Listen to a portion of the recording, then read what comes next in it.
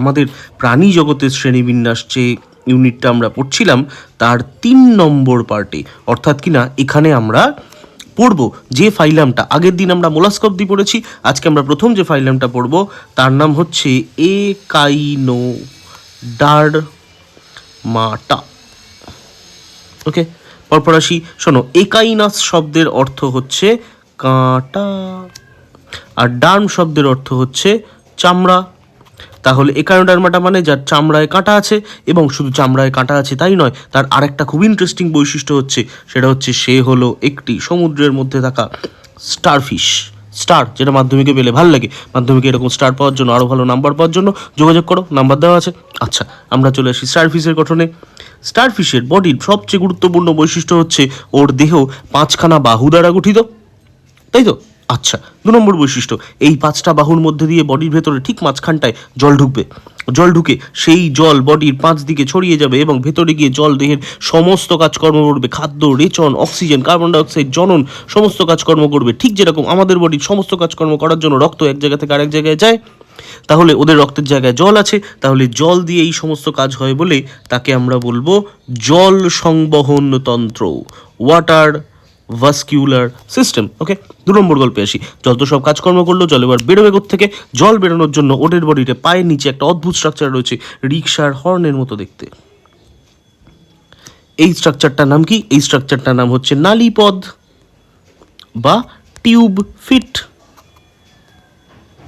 এই নালীপদ দিয়ে কী করে কাজ করে? ঠিক যেভাবে কাজ করা হয়, আমরা যদি পেনের ঢাকনা দিয়ে মুখের মধ্যে টেনে রাখি, জিভের মধ্যে পেনের ঢাকনাটা আটকে যায়, বাতাসের চাপ, বাইরের বাতাসের চাপ ওটাকে আটকে রাখে। একইভাবে ওদের নালীপথ কী করে কাজ করে না, জল যখন নালীপথ থেকে বেরিয়ে যায়, বাইরের জলের চাপে সেই জায়গাটা আটকে থাকে। এভাবে একটা গোটা পা আটকে থাকে, সেই পাটার উপর ভরসা করে ওরা গোটা বডিটাকে টেনে নেয়।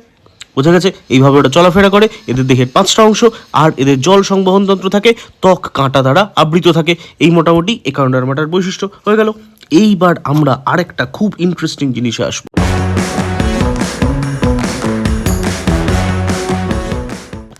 ভীষণ ইন্টারেস্টিং জিনিসে, শোনো।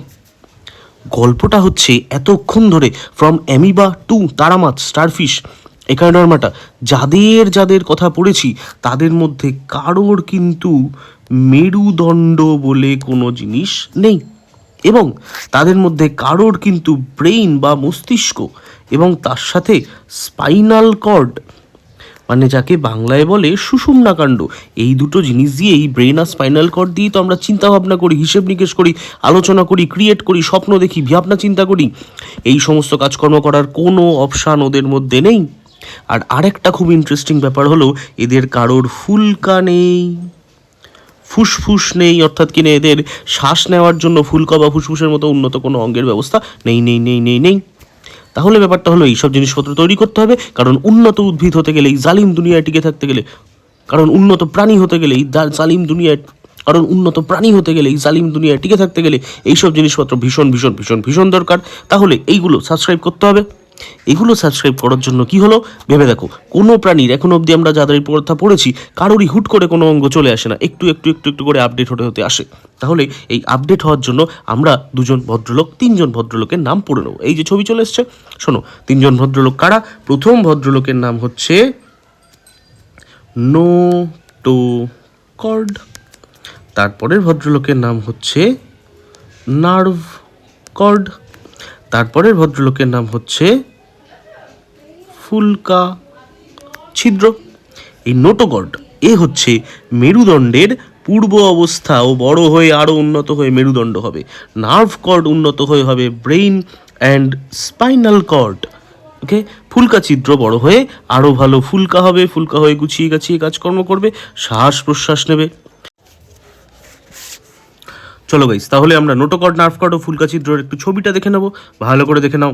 নোটোকর্ড হচ্ছে এই সবুজ অংশটা, এই জায়গাটা বড় হয়ে একদম তৈরি হয়ে যাবে কি, তৈরি হবে মেরুদণ্ড। আপাতত হচ্ছে একটি সুন্দর দেখে নোটোকর্ড। তার উপরে যে হলুদ জায়গাটা রয়েছে, এই হলুদ জায়গাটা হচ্ছে তার নাম নার্ভ কর্ড।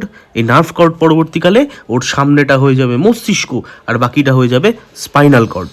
ওকে, আর এই যে দাগ দাগ দাগ দাগ দাগ দাগ জায়গাগুলো রয়েছে, এরা হচ্ছে ফ্যারিঞ্জিয়াল গিল স্লিট বা গলবিলীয় ফুলকা ছিদ্র। তারা আরও উন্নত হয়ে ফুলকা হয়ে শ্বাস প্রশ্বাস ফুসফুস সব কিছু, ফুসফুস নয় শ্বাস প্রশ্বাস, এই সমস্ত কাজকর্ম করবে। ওকে, আশা করি বিষয়টা বোঝা গেছে। চলো আমরা তাহলে এগোই। যে সমস্ত প্রাণীদের এইসব নোটোকর্ড, নার্ভকর্ড, ফুলকা ছিদ্র থাকবে তাদের তো আমরা একানোডার্মাটা বলতে পারবো না। তাদের জন্য আমরা একটা নতুন ফাইলামের বন্দোবস্ত করব। সেই নতুন ফাইলামের নাম হচ্ছে কর্ডাটা, চোরদাতা। ওকে, আর উচ্চারণ হবে কর্ডাটা। ভালো করে শুনে নিতে হবে এই কর্ডাটা। তাহলে দেখো, কর্ডাটার বৈশিষ্ট্য হচ্ছে কর্ডাটা হতে গেলে তোমাকে নোটোকর্ড থাকতে হবে, নার্ভকর্ড থাকতে হবে, ফুলকা ছিদ্র থাকতেই হবে। হলো? আচ্ছা, এবার আমরা একটু কর্ডাটা শ্রেণীবিন্যাস নিয়ে ডিটেলে চলে আসবো। ওকে, ভালো করে বিষয়টা তাহলে আমরা শুনে নিই। শোনো, কর্ডাটার গল্প হচ্ছে, কর্ডাটা তাহলে একটা ফাইলাম বা পর্ব। বহু বছর আগে প্রথম থেকে কর্ডাটার আন্ডারে আমরা 4টে উপপর্ব পেয়েছিলাম। কি কি উপপর্ব? ভালো করে শুনে নিতে হবে। হেমিকর্ডাটা, ইউরোকর্ডাটা, সেফালোকর্ডাটা এবং ভার্টিব্রাটা। ওকে, আচ্ছা, এবার একটু ওদের গল্পে চলে আসি। শোনো, ওদের এবার কার কি কি আছে সেগুলো আমরা একটু জেনে নেব। দেখো, কর্ডাটা হতে গেলে কি কি লাগছে? কর্ডাটা হতে গেলে নোটোকর্ড থাকতে হবে, নার্ভকর্ড থাকতে হবে, আর ফুলকা ছিদ্র থাকতে হবে। প্রথমে আসি হেমিকর্ডাটার কথায়। হেমিকর্ডাটার কি কি থাকে আমরা একটু দেখে নেব। হেমিকর্ডাটার নার্ভকর্ড থাকে না, ফুলকা ছিদ্র হালকা করে থাকে, নোটোকর্ডও থাকে না, তার জায়গায় স্টোমোকর্ড বলে একটা ছোট অংশ থাকে। তাহলে হেমিকর্ডাটা প্রায় কিচ্ছু থাকছে না, খুব সমস্যা। 2 আসি হেমিকর্ডাটা নিয়ে, এই জন্য আমাদের একটা ঝামেলা হবে, এই ঝামেলার সমাধান করব। 2 আসি ইউরোকর্ডাটা। ইউরোকর্ডাটার নোটোকর্ড থাকে, নার্ভকর্ড থাকে, ফুলকা ছিদ্র থাকে, কিন্তু সমস্যা হচ্ছে এই পুরো থাকাটাই হয় ওর ছোটোবেলায়, বড় হয়ে এসবের কিচ্ছু থাকে না। ওকে, ব্যাপারটা ক্লিয়ার হয়েছে? তাহলে ইউরোকর্ডাটার সমস্ত জিনিস কখন থাকে না, ছোটোবেলায় থাকে। ছোটোটা এত বাজে হচ্ছে কেন? এই যে তোমরা যারা ছোট, তোমরা কিন্তু বাজে নাও, তোমরা ভালো, তোমরা চ্যানেল সাবস্ক্রাইব করবে। তারপর চলে আসবো সেফালোকর্ডাটা। সেফালোকর্ডাটার নোটোকর্ড থাকে, নার্ভকর্ড থাকে, ফুলকা ছিদ্র থাকে, সব সময় থাকে। ওকে, এবং last the most important, vertebrata. ভার্টিব্রাটার নোটোকর্ড থাকে, নার্ভকর্ড থাকে, ফুলকা ছিদ্র থাকে, কিন্তু মোস্ট ইম্পর্টেন্টলি নোটোকর্ড পরিণত হয়ে যায় মেরুদণ্ডে, নার্ভকর্ড পরিণত হয়ে যায় কিসে? ব্রেইন অ্যান্ড স্পাইনাল কর্ডে। আর ফুলকা ছিদ্র আরও গুছিয়ে সুন্দর করে থাকে। তাহলে দেখো, ভার্টিব্রাটাই সমস্ত কর্ডাটার মধ্যে একমাত্র যার মেরুদণ্ড আছে, যার ব্রেইন অ্যান্ড স্পাইনাল কর্ড আছে। তাহলে মেরুদণ্ড একমাত্র কার রয়েছে? উত্তর হচ্ছে ভার্টিব্রাটার। বোঝা গেল? ব্রেন অ্যান্ড স্পাইনাল কর্ডও কার রয়েছে? ভার্টিব্রাটার, বাকি কারণ নেই। তাই সেখান থেকে একটা খুব ইম্পর্টেন্ট প্রশ্ন আসে যে ভার্টিব্রাটারাই একমাত্র দেখো মেরুদণ্ডী প্রাণী। তাহলে সব মেরুদণ্ডী কর্ডাটার অন্তর্গত, তাই তো? সব মেরুদণ্ডী কর্ডাটার অন্তর্গত, কিন্তু কিন্তু সব কর্ডাটা মেরুদণ্ডী নয়। কেন নয়? এ দেখো, ইউরোকর্ডাটা সে তো মেরুদণ্ডী নয়, সেফালোকর্ডাটা সে তো মেরুদণ্ডী নয়, একমাত্র ভার্টিব্রাটা সে মেরুদণ্ডী। বোঝা গেল? তাহলে সব মেরুদণ্ডী কর্ডাটার অন্তর্গত, কিন্তু সব কর্ডাটা মেরুদণ্ডী নয়। ক্লিয়ার? এবার আমরা একটু হেমিকর্ডাটার সমস্যাটার সমাধান করি।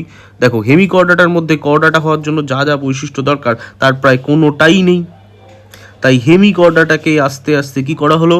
সাইড করে দেওয়া হলো। বললো, ভাই তোমাকে আমি কর্ডাটার মধ্যে রাখতে পারছি না, তুমি বরং কর্ডাটার আগে আর একটা ফাইলামে পরিণত হয়ে যাও। তাহলে হেমিকর্ডাটা হয়ে গেল একটা নতুন ফাইলাম, যার আগে কে থাকবে? যার আগে থাকবে একাইনোডার্মাটা, পরে কে থাকবে? পরে থাকবে কর্ডাটা। হাতের লেখাটা এত খারাপ হচ্ছে।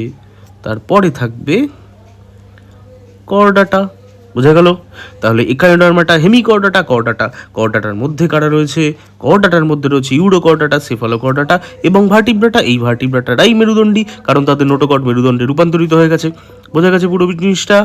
এইবার আমরা একটুখানি ছবিতে আসিব। চলো একটু ছবি দেখে নিই। দেখো, এই যে ভদ্রলোক, তার নাম স্টারফিশ, আমরা তার সাথে বেশ ভালো রকমভাবে পরিচিত। এই যে লোকটা, ওকে, এর মধ্যে টিউব ফিট রয়েছে বা নালিকাপথ, যার কি রয়েছে? তার গমনাঙ্গ। তাছাড়া কারা রয়েছে? তাছাড়া এই ভদ্রলোকের দিকে দেখো, এ হচ্ছে ব্যালানোগ্লসাস। ব্যালানোগ্লসাস হলো একটা হেমিকর্ডাটা, যে কর্ডাটা হতে চেয়েছিল কিন্তু দুর্ভাগ্যবশত পারিনি।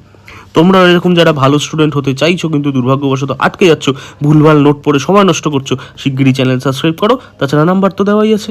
Thank you. আচ্ছা, তাছাড়া এখানে একটা এমফিঅক্সাসের মতো প্রাণী তৈরি করা হচ্ছে যে ঠিকঠাক মতো এমফিঅক্সাস নয়। সে হচ্ছে একটা ইনভার্টিব্রেট কর্ডেট। দেখো, কর্ডেট মানে যার নোটোকর্ড, নার্ভ কর্ড, ফুলকা ছিদ্র আছে, কিন্তু ইনভার্টিব্রেট মানে অমেরুদণ্ডী। তাহলে ব্যালানোগ্লসাস, এমফিঅক্সাস, তাছাড়াও অ্যাসিডিয়া মেন্টিউলা, এরা সবাই হচ্ছে ইনভার্টিব্রেট কর্ডেট, অর্থাৎ কর্ডাটা কিন্তু মেরুদণ্ডী নয়। কর্ডাটা এবং মেরুদণ্ডী কারা? মেরুদণ্ডী হচ্ছে এইগুলো দেখতে ফিশগুলো, মাছগুলো, মাছেদের মেরুদণ্ডও আছে এবং তারা কর্ডাটা। আবার সেই কথাটা চলে আসছো, সব মেরুদণ্ডী কর্ডাটা, কিন্তু সব কর্ডাটা মেরুদণ্ডী নয়। যেরকম সব টিচারই টিচার, কিন্তু সব টিচার প্রজ্জ্বল স্যার নয়। তাহলে আপাতত আমার নিজের বিজ্ঞাপন দিয়ে আজকের পড়া কমপ্লিট।